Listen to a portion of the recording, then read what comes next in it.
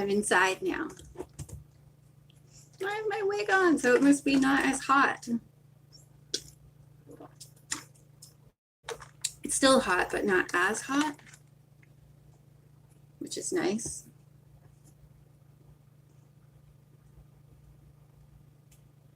Oops, there goes my hair. So I read one page of chapter 18 and I thought, oh, I gotta find out who's this lady? Who's this lady?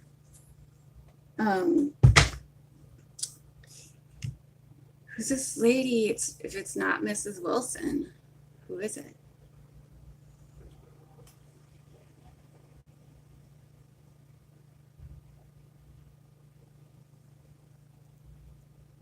I don't know. Okay. Well, I'm just going to sit here and wait a while and see if anyone shows up. I got my mouse. I got my book. I have 2 books, actually. I have a French book. I'm not good at French. But well, it's kind of related to Nancy Drew books, so.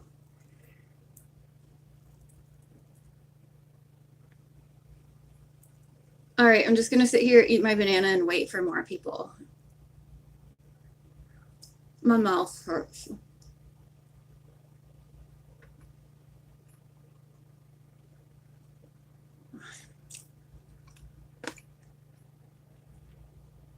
If anyone's there, they can say hello if they want to.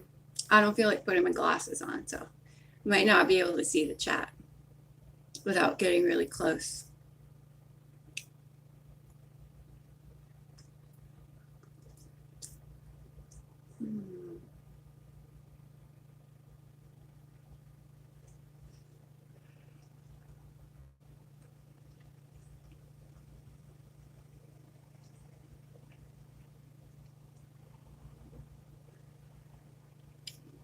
This banana would be better tomorrow, but I'm eating it now.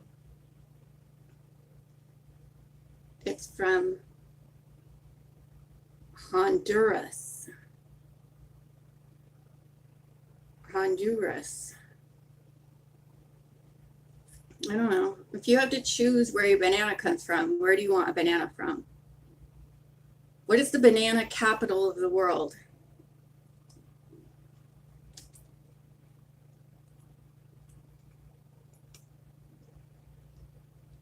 What place is most known for bananas?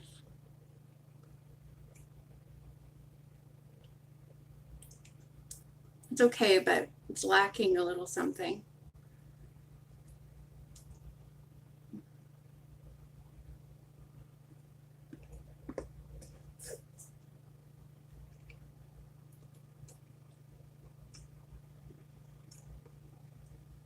This is a French book.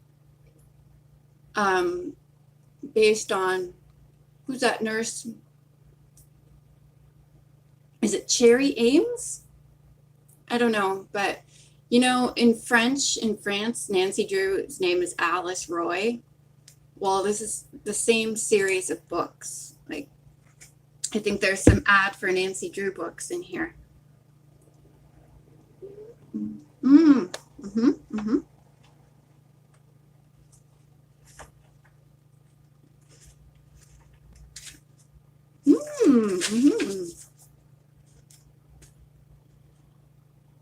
Over his cock. And then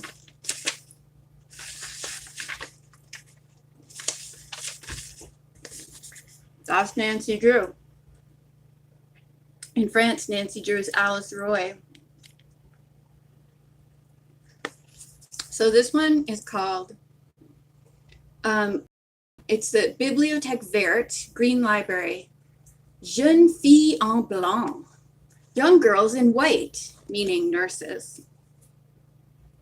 And this book is called Mission vers l'Inconnu, Unknown Mission. I don't know, I'm not sure what vers is. It's a verb, okay? It's a verb. Anyway, it has fun pictures in it. 1971. It takes place in a jungle or something. Let me find a picture. A picture. Oh, it's the same picture from the cover. My stomach is making noises. Why? I just ate a banana. It makes not sense. So I'm inside and plugged in now, so I shouldn't lose my battery power. And I took another cord for my charger. It still sucks, but it's not as bad as the other one. Yes, it is reasonably nice outside. Okay, I'm getting rid of my banana peel, and then we'll read chapter 18.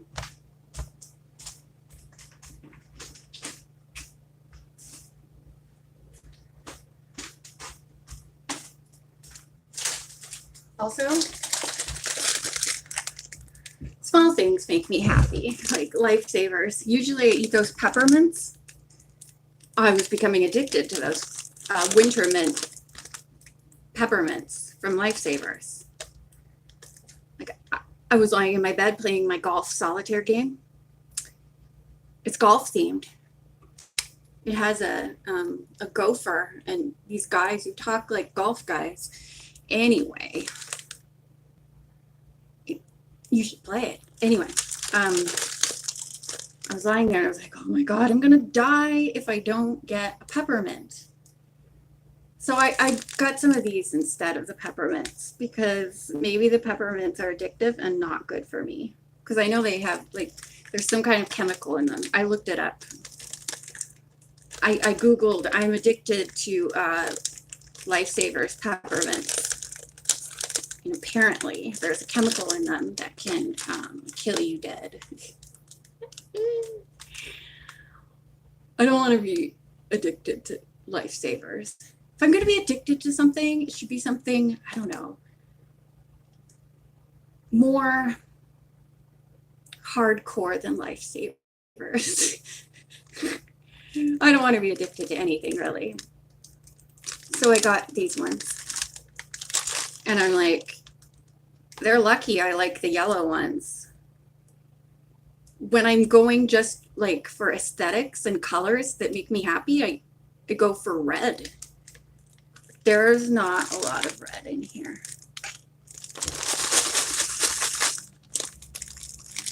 Oh, a little more red. The guard of my Lifesavers. I'll guard your Lifesavers. Okay, shut up. Purino, shut up. Okay. And I went to the grocery store to get things I needed, like cottage cheese. And my cottage cheese was on special. So I got 2 of them. I heart cottage cheese. But it has to be the right cottage cheese. Like, it has to be the right texture. The one I get, the brand is Seal Test. Liberty? Seal Test? Seal Test. And it has to be 4%. But a lot of grocery stores don't have 4%.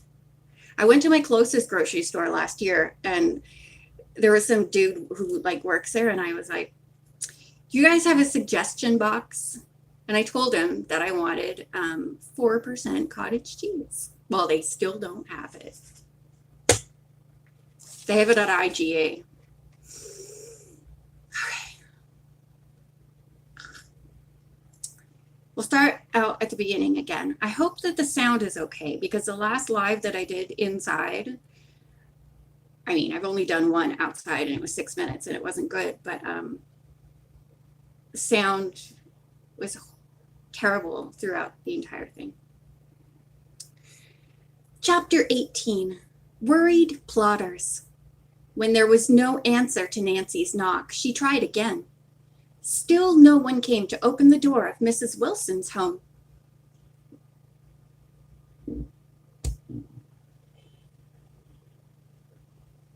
Disappointed, Nancy was about to turn away when Bess rushed up to her. She had been standing some distance back from the house and had been gazing at the windows. Now she exclaimed in an excited whisper, Somebody is home. I saw a middle-aged woman looking out one of the second-floor windows. Middle-aged, George repeated. That couldn't be old Mrs. Wilson. That's right, Nancy agreed. I wonder why the woman doesn't come and answer my knock. Maybe she's deaf, suggested, and ran back from the doorway so she would be in plain sight if anyone looked out the window again. Nancy, meanwhile, hammered the door knocker vigorously. No one came to answer it. Evidently, they don't want to see us, said Bess. The three girls discussed the question of whether it was just they who were not welcome, or whether no callers were allowed into the house. They did not come to any conclusion. Why don't we pretend to leave, said Nancy. We'll go down the driveway a short distance and double back, using the trees as a screen. She and the cousins followed this plan and remained in hiding for nearly 10 minutes. Bess is going to be famished after this. They had a good view of the house, but no one appeared at any of the windows or came to open the door. We may as well go, said Bess. Not yet, Nancy begged. Be a way to get up to the house without being spotted.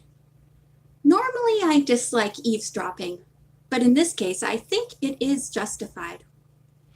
The young sleuth managed to make her way behind trees and among to an open, screened window not far from the front door. She had barely settled into a comfortable listening position when a car came up the driveway. At once, Bess was terrified. Now we'll be caught, she told George. Shh! Her cousin warned and pulled Bess down to a stooping position. Nancy's well out of sight. I'm sure nobody will see her.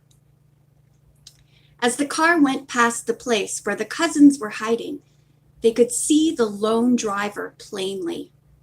He was the man who had followed Nancy in River Heights and George in Deep River. He may have trailed us here, Bess worried. If so, he'll hunt until he finds Nancy. George set her jaw. If he does, you and I will run forward and help her.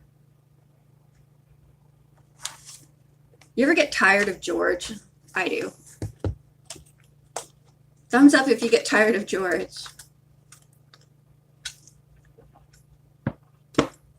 I guess it's because I relate more to Bess.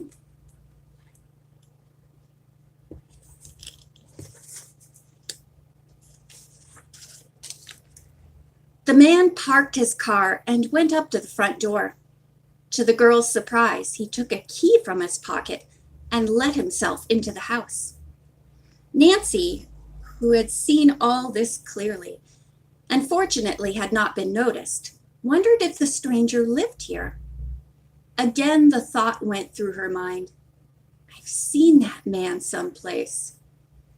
As she tried hard to think where it had been, she heard voices in the room just above where she was crouched.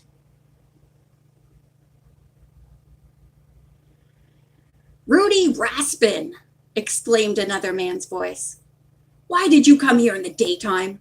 You know we agreed that all our meetings would be at night. Listen, oh man, said Raspin. Don't give me orders. Things aren't going well. We'd better scram. A woman's voice said, What happened? What happened? Before Raspin could answer, Oman broke in. But he had barely started to speak when the woman quickly ordered, Be quiet. Listen to Rudy. I don't know who these people are. You're a nagging. Sorry. Goof time. I don't know if I could read this sentence without guffawing. It's so matter of fact. You're a nagging wife, Clara, Oma complained. You're a nagging wife, Clara, Oman complained. Nancy's heart was thumping with excitement. Oh, man! The name on the postcard, which had been found in Grandmother Horton's home. I don't remember that. This is the first time I'm hearing this name in this book. Has anyone else heard the name Oman on a postcard? Because I don't remember. Also, Nancy was sure from the sound of Ben Oman's voice that he was Mr. Seaman. So the man was using an alias. Raspin, Jake Suggs is in jail, and he has talked. Even outdoors, Nancy could hear the gasps of alarm from the Omans. They asked what had happened. That pesky Drew girl and her friends searched the castle and found Suggs. I always said he was too dumb to be trusted. Well, they took him to the police. Then a few hours later, Suggs told the cops about Mr. Wheeler, and they went out to the castle and rescued him. And now Wheeler will start talking, Oman exclaimed in a thoroughly alarmed tone of voice. We are in a tight spot. I'm having trouble with this exchange. I don't know these people. I can't get their voices right. You are a nagging wife, Clara. At least he's honest.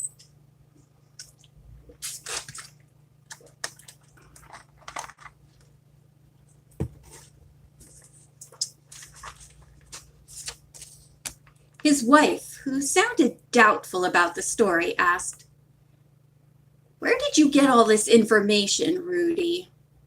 You wouldn't have dared go to the jail to see Jake." "I wouldn't, eh?" Raspin asked in a sneering tone. "I'll tell you how I managed it. I just happened to go to that tea room you like so much, and the old busybody there told me the story of Suggs being captured and Wheeler being found. Then I went to the jail." Raspin laughed. "Pretty clever of me, too, the way I did it. I put on a disguise and wrote a letter on stolen official state stationery I keep on hand along with other handy forms I pick up. The letter, addressed to Chief Burke, said I was a member of a state committee on jail inspection. I signed an assumed name." I like how they're just saying everything they've done. They're just saying all their crimes. "So did you talk to Suggs?" said Oman. "Right, and I found out something else from him. Nancy Drew has my moonstone." "How'd she get it?" Ben Oman cried out, and his wife asked, "When did you learn that, Rudy?" "Suggs told me. That fool held the Drew girl prisoner a short time until he was discovered.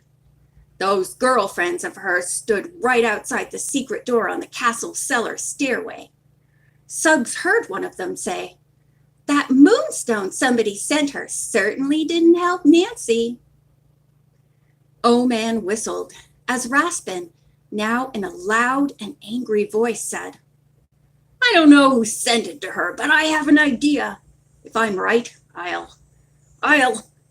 well, never mind. That's a personal matter. But I'm going to get the moonstone back. I've had bad luck ever since it disappeared." Nancy was amazed to hear that the moonstone she had received belonged to Rudy Raspin. Who had sent it to her? And why had it been taken from him? After a few moments' silence, Raspin spoke again. "I tell you, it's getting too hot around here. The sooner we get out, the better." "Just a minute," said Oman. "I'm not going to give up this job." "You and Clara will be caught," Raspin argued. Listen.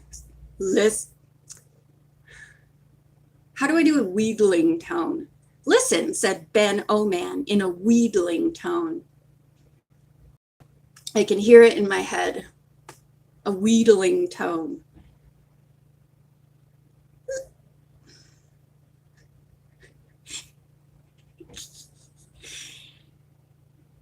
Listen, said Ben. Oh man, in a wheedling tone. Just let it go. We have the old lady. We have the old lady just where we want her. She's too weak to resist. The man laughed sardonically. Oh, that's right, spoke up Clara Oman. She's signing checks now without looking at them. Rudy Raspin, apparently as greedy as his pals, laughed. I guess we can't leave the loot behind. Well, force all you can out of the old lady's checkbook today. Tomorrow we get out of here. Nothing more was said, oh, thank God. And in a few moments, Raspin left the house. As soon as he had driven off, Nancy cautiously returned to Bess and George and told the story. They stared in speechless amazement.